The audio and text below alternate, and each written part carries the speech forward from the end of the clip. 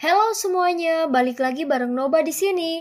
Kali ini Noba akan melanjutkan part selanjutnya dari film Donghua yang berjudul Battle Through the Heaven. Noba mengingatkan sekali lagi ya bahwa konten ini full spoiler. Tanpa lama-lama lagi, yuk langsung aja kita masuk ke isi ceritanya. 大漠才能磨灰，焚心烧杯。少年泪，清风醉，似流水。 Melanjutkan dari cerita sebelumnya. Orang tua seperti kalian seharusnya tidak berperilaku tanpa malu, ucap Soyan. Soyan membuang rantai di tangannya. Pria tua berpakaian hitam itu menstabilkan tubuhnya. Hunlin, ini adalah alamku, bukan alam Hunmu, ucap penatua Tongsuan. Tongsuan, anggota klan Hun kami telah kehilangan nyawa mereka di tempatmu ini. Kalian semua tidak bisa hanya menutup mata, ucap orang yang bernama Hunlin itu. Soyan, saya pikir kamu harus patuh mengikuti saya kembali ke klan Hun. Jika kamu benar-benar bukan pembunuh Hunnya dan Hunli, kami pasti tidak akan mempersulitmu, ucap rekan Hunlin. Tidak masuk akal, ucap Soyan. Tuan-tuan, makam surgawi dipenuhi dengan bahaya.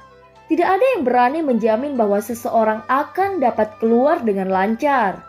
Jika Anda tidak memiliki bukti untuk membuktikan bahwa Soyan Gege adalah pembunuhnya, tolong jangan menyerang secara acak.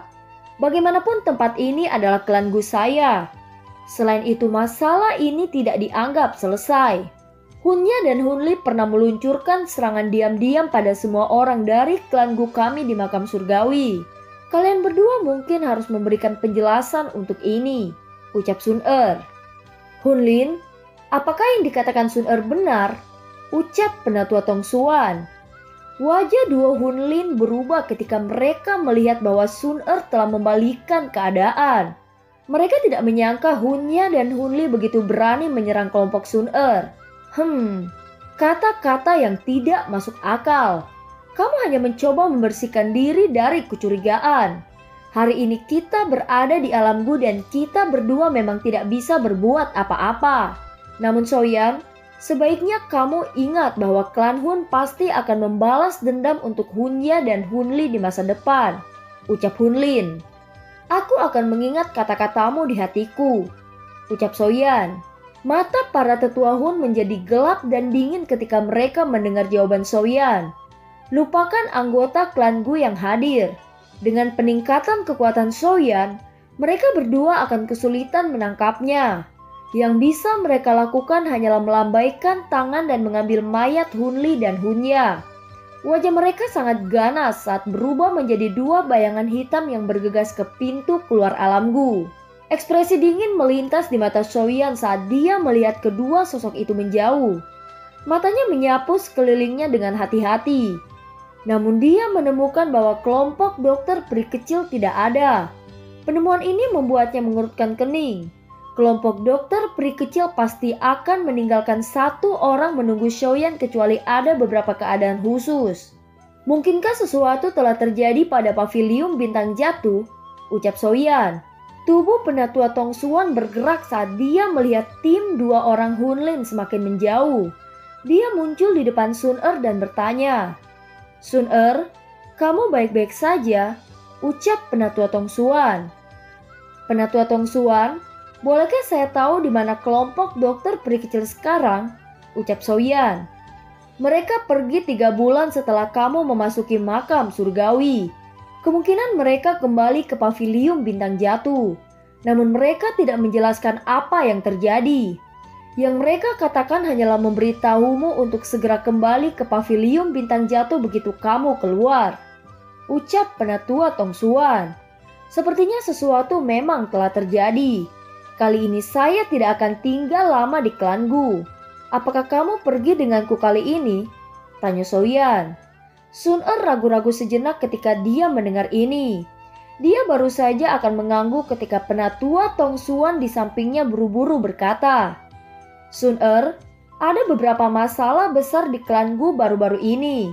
Setelah diskusi oleh sesepuh, kamu tidak boleh meninggalkan alam Gu, ucap penatua Tongsuan. Apa yang terjadi? Ucap Sun Er. Penatua Tong Xuan ragu-ragu sejenak. Dia melirik Xiaoyan. Dia baru saja akan mengatakan sesuatu ketika Sun Er dengan acuh tak acuh berkata, Penatua Tong Xuan, katakan saja apa yang ingin kamu katakan. Tidak ada orang luar di sini. Ucap Sun Er. Alam Ling tiba-tiba ditutup. Ucap Penatua Tong Xuan. Alam Ling ditutup. Xiaoyan dan Sun Er terkejut. Ekspresi Sun Er segera berubah. Xiaoyan merenung sejenak ketika dia melihat perubahan ekspresi Sun Er. Dia sampai pada sebuah pemahaman. Alam Ling ini merupakan wilayah di mana klan Ling yang merupakan salah satu dari 8 klan kuno. Mengapa Alam Ling tiba-tiba ditutup? Tidak heran klan Ling tidak mengirim siapapun ke makam surgawi kali ini. Tanya Sun Er. Kami tidak tahu. Kami telah mengirim ahli untuk menyelidiki. Tapi kami gagal mendapatkan berita sekecil apapun. Ruang di mana awalnya Alam Ling berada benar-benar telah menghilang. Bahkan setelah beberapa sesepuh dalam klan pergi untuk menyelidiki, mereka tidak dapat menemukan apapun. Dengan cara ini seolah-olah Alam Ling telah sepenuhnya tersembunyi. Ucap Penatua Tong Xuan. Menyegel dunia dan menyembunyikannya. Mereka pasti tidak akan melakukan ini kecuali mereka bertemu dengan masalah yang sangat besar. Mungkinkah klan Ling telah menghadapi masalah yang begitu besar sehingga bahkan mereka tidak dapat menyelesaikannya? Ucap Sun Er. Saya tidak yakin tentang ini. Meskipun klan Ling telah menunjukkan tanda-tanda penurunan selama tahun-tahun ini dan jarang berhubungan dengan kami, mereka masih memiliki fondasi yang sangat kaya. Bahkan klan Gu sebagai salah satu dari 8 klan kuno akan mengalami kesulitan memaksa mereka ke dalam keadaan seperti itu. Kepala klan dan yang lainnya melakukan yang terbaik untuk menyelidiki masalah ini. Jika klan Ling benar-benar bertemu dengan beberapa bencana, kita harus mengambil tindakan pencegahan. Oleh karena itu saya khawatir Anda tidak akan dapat meninggalkan alam Gu selama periode waktu ini. Ucap Penatua Tong Xuan. Sun Er melengkungkan mulut kecilnya. Wajahnya menjadi sedikit muram. Ini adalah pertama kalinya dalam bertahun-tahun bahwa klan kuno benar-benar menyegel wilayah mereka untuk menyembunyikan diri. Sun Er, karena sekarang bukan waktu yang tepat, kamu harus tetap berada di alam Gu ini. Tempat ini adalah yang paling aman. Ucap Xiaoyan. Penatua Tong Xuan di sampingnya menghela nafas lega saat mendengar kata-kata Xiaoyan. Sun Er ragu-ragu sejenak sebelum mengangguk dengan lembut. Matanya yang cantik menatap Xiaoyan saat dia berkata, kalau begitu, Xiaoyan Gege harus berhati-hati di luar. Permusuhan antara klan Hun dan Anda menjadi lebih dalam. Tidak ada jaminan kapan mereka akan mengirim ahli sejati. Ucap Sun Er. Iya, ucap Xiaoyan. Hahaha, teman muda Xiaoyan, tolong tinggal di alam Gu selama 1 malam. Klan Gu kami akan mengirimmu dan semua orang keluar dari alam Gu besok. Ucap Penatua Tong Xuan. Xiaoyan tidak keberatan dengan pengaturan Penatua Tong Xuan. Dia akan membutuhkan klan Gu untuk membuka pintu spasial jika dia ingin pergi. Karena itu dia segera mengangguk. Waktu berlalu. Cahaya bulan menutupi pegunungan yang subur dan tenang ini. Xiaoyan berdiri di depan rumah bambu yang tenang. Dia menyaksikan bulan yang cerah di langit dan merasakan kesedihan di hatinya. Meskipun hanya setengah tahun telah berlalu di dunia luar, dia telah bersama dengan Sun Er di makam surgawi selama 3 tahun. 3 tahun bersama telah membuatnya terbiasa dengan kehadirannya di sisinya. Namun dia akan pergi besok. Dia tidak tahu kapan mereka akan bertemu lagi. Xiaoyan Gege, ucap Sun Er. Suara lembut tiba-tiba muncul di belakang Xiaoyan saat dia menghela nafas. Segera tangan Xiaoyan merasakan tangan hangat yang lembut meraih tangannya. Wajahnya yang begitu cantik muncul di hadapannya. Senyum lembut dan indah itu menyebabkan kehangatan mengalir di dalam hatinya. Sun Er, ada hal yang perlu saya bicarakan denganmu. Tentang, ucap Xiaoyan. Apakah ini masalah yang berhubungan dengan Cailin? Ucap Sun Er. Kamu tahu tentang itu? Ucap terkejut Xiaoyan. Aku khawatir tentang Anda dan hanya bisa menunggu informasi tentang Anda. Mengingat status saya di klan Gu, ada orang yang akan mengambil inisiatif untuk memberikan informasi tentang Anda kepada saya. Dan Cailin termasuk di antara informasi ini, ucap Sun Er. Masalah ini, ucap Soyan.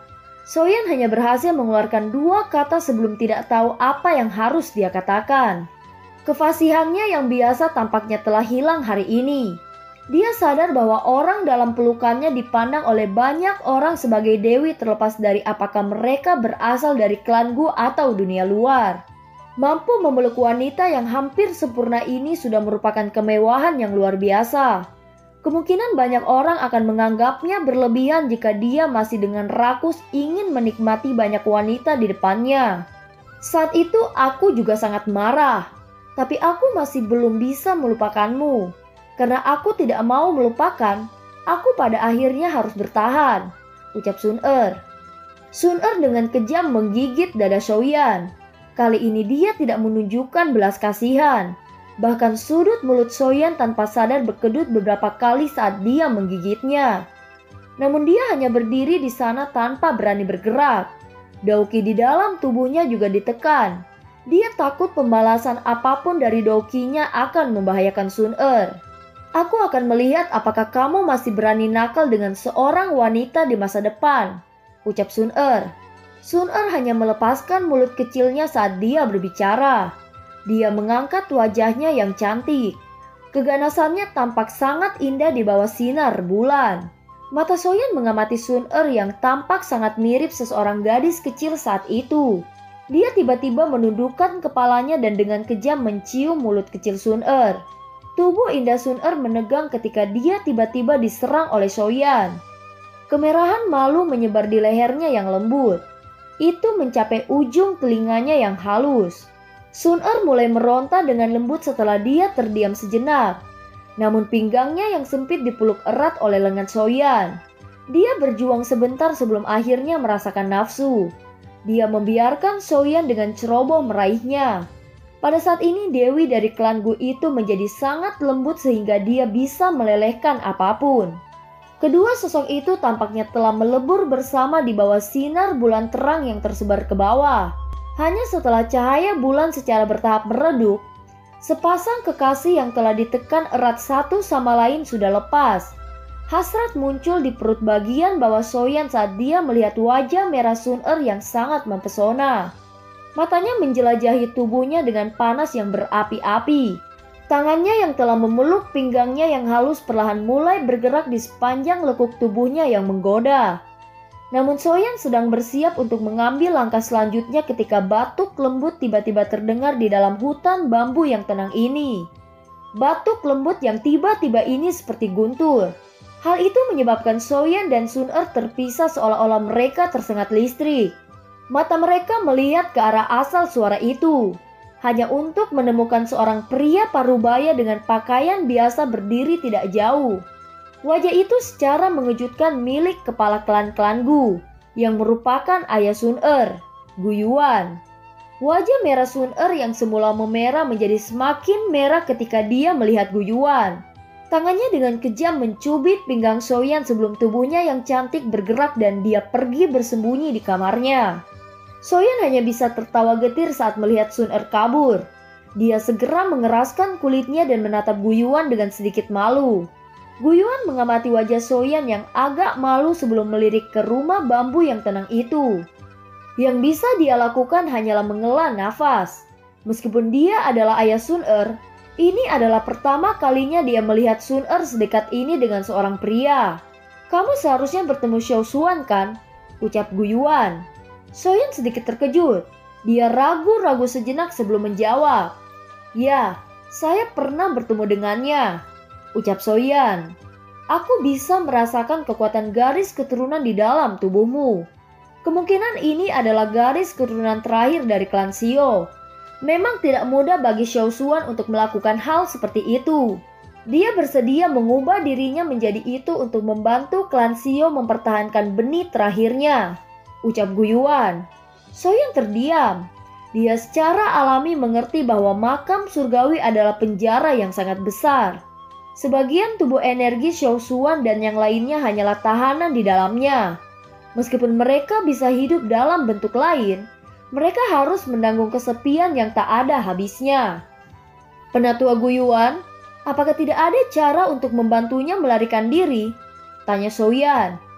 Paling tidak, bahkan aku tidak memiliki kemampuan untuk melakukannya. Ada desas-desus bahwa makam surgawi diciptakan oleh seorang elit Daudi sejak lama. Jika seseorang ingin melanggar aturan di dalamnya dan membiarkan Xiaoshuan melarikan diri, mungkin seseorang juga harus mencapai level itu, ucap Guyuan. Souyan tertawa getir. Keberadaan legendaris semacam itu benar-benar terlalu tak terbayangkan. Apakah dunia ini benar-benar memiliki keberadaan yang dikenal sebagai Daudi? Ucap Souyan. Seseorang akan seperti dewa yang menghadap ke benua pada tingkat itu. Semua orang kemungkinan besar akan menjadi keberadaan seperti semut di mata mereka, ucap Guyuan. Mereka, ucap terkejut Souyan. Guyuan melambaikan tangan yang besar sementara Souyan sedang mempertimbangkan jawabannya. Dia berkata, kamu akan pergi besok. Hati-hati, mengingat kekuatanmu saat ini, sesepuh dari klan Gu itu tidak mungkin membuat segalanya menjadi sulit bagimu. Karena masalah klan Ling, Sun Er tidak akan bisa meninggalkan alam Gu untuk saat ini, ucap Guyuan. Souyan mengangguk dan menjawab, apakah penatua Guyuan berpikir bahwa perubahan di alam Ling kali ini adalah akibat dari bencana alam atau buatan manusia? Tanya Souyan. Kami tidak begitu yakin tentang ini.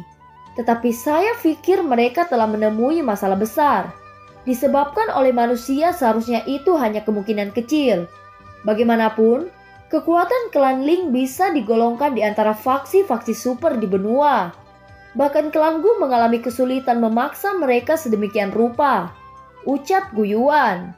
Bagaimana jika itu adalah klan Hun? Tanya Souyan. Guyuan terkejut mendengar ini. Segera dia menggelengkan kepalanya dan menjawab, itu mungkin tidak mungkin. Jika klan Hun ingin memaksa klan Ling sampai sejauh itu pasti harus meluncurkan kampanye besar. Oleh karena itu tidak mungkin bagi klan Gu untuk tidak menerima informasi apapun. Selain itu bahkan jika klan Hun memiliki kemampuan seperti itu, mengapa mereka menjadi musuh dengan faksi sekuat klan Ling tanpa alasan? Meskipun klan Ling telah menurun selama tahun-tahun ini, itu masih bukan faksi yang mudah untuk dihadapi, ucap Guyuan. Souyan sedikit mengangguk, namun keraguan di hatinya meningkat. Jika bukan klan Hun, faksi apa lagi yang bisa memaksa klan Ling menjadi seperti itu? Mungkinkah itu benar-benar karena beberapa bencana alam? Baiklah, hal-hal ini tidak terlalu berhubungan denganmu. Saya pikir keberadaan akan terungkap setelah penyelidikan. Karena itu kamu tidak boleh melupakan hal-hal yang kamu janjikan padaku. Garis keturunan Sun Er sangat penting bagi klan Gu. Jika ada masalah terjadi, orang-orang tua itu akan menjadi marah bahkan jika saya tidak melakukan apa-apa, ucap Guyuan. Souyan sedikit malu saat mendengar kata-kata ini. Dia dengan pahit tersenyum dan segera mengangguk. Ini sudah cukup larut. Kamu harus istirahat. Kamu masih harus pergi besok pagi, ucap Guyuan. Souyan menghela nafas tanpa daya saat dia menatap tempat di mana Guyuan menghilang. Dia mendecakkan lidahnya dan merasa seolah-olah dia belum cukup mengekspresikan dirinya. Waktu berlalu. Ketika sinar matahari pagi tersebar di ruang yang luas ini keesokan paginya, pegunungan ini yang tadinya sunyi untuk malam itu sekali lagi menjadi hidup. Suara angin kencang terus muncul. Souyan dan Sun Er berjalan keluar dari rumah bambu ketika pegunungan menjadi berisik. Setelah itu mereka terbang ke tepi pegunungan di mana beberapa kapal perang besar tergantung di udara. Mata Souyan menyapu sekelilingnya setelah dia muncul di udara. Dia menemukan cukup banyak tokoh yang dikenalnya. Ling Kuan, Lin Xiu, dan ahli top lainnya di antara generasi muda klan Gu. Namun orang-orang ini menghindari Souyan dengan rasa takut. Saat ini kekuatan Souyan telah melonjak ke puncak Dozun bintang 8. Ini memungkinkan mereka untuk memahami bahwa mereka telah kehilangan kualifikasi untuk menjadi sombong di depan Soyan. Lagi pula ketika Soyan hanya Dozun bintang 5 saat itu, dia mampu mengalahkan Dozun bintang 8 Gu Yao. Saat ini satu-satunya di antara generasi muda klan Gu yang bisa bertarung dengannya adalah Sun atau mungkin Gu Qingyan. Soyan mendeteksi sepasang mata yang fokus padanya saat dia memindai area tersebut.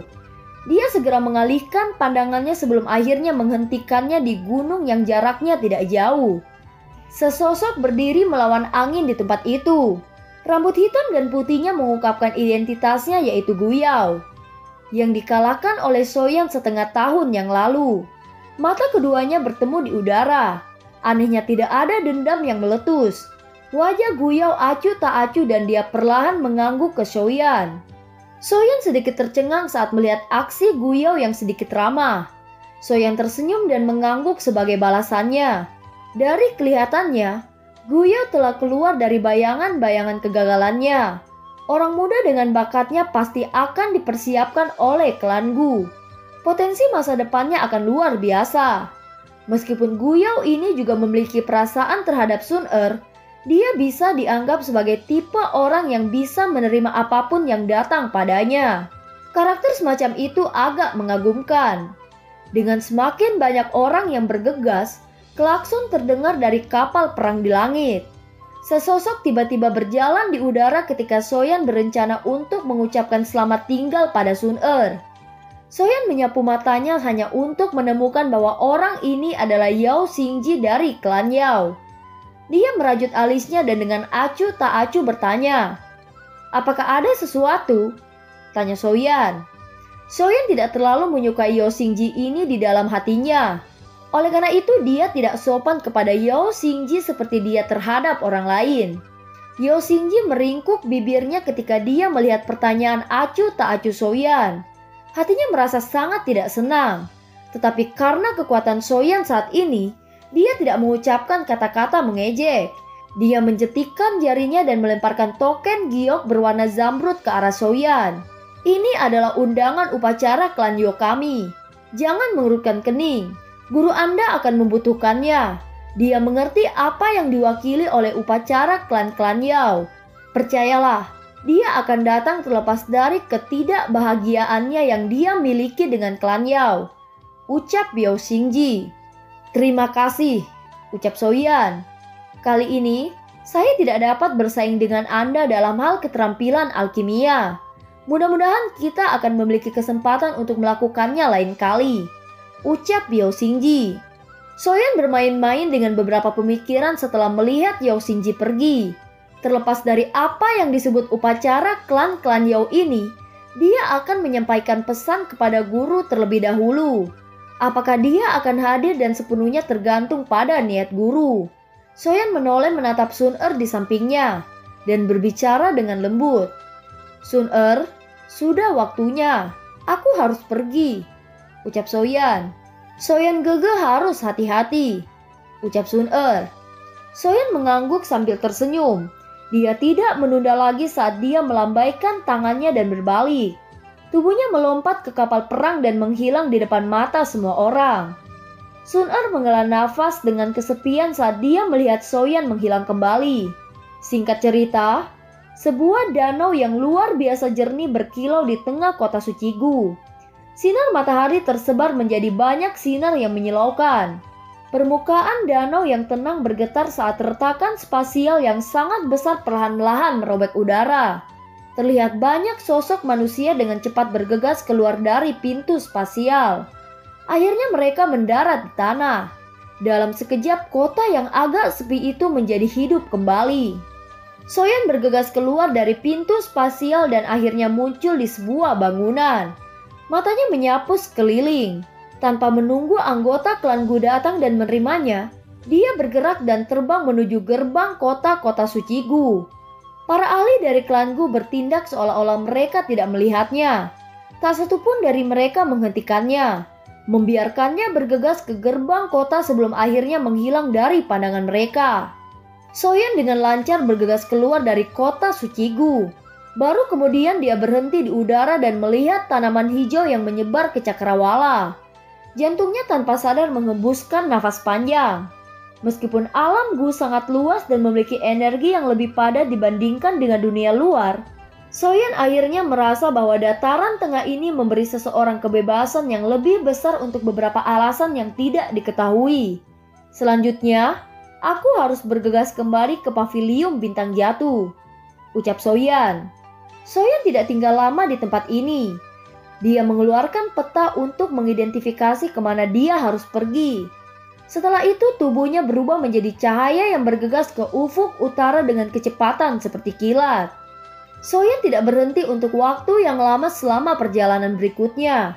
Dengan kecepatan penuhnya dan dengan bantuan beberapa lubang cacing spasial, dia menghabiskan sekitar 5 hari sebelum mencapai wilayah yang dikendalikan oleh pavilium bintang jatuh. Soyeon jelas merasakan bahwa ada lebih banyak aura ahli di sekitarnya setelah memasuki wilayah pavilium bintang jatuh.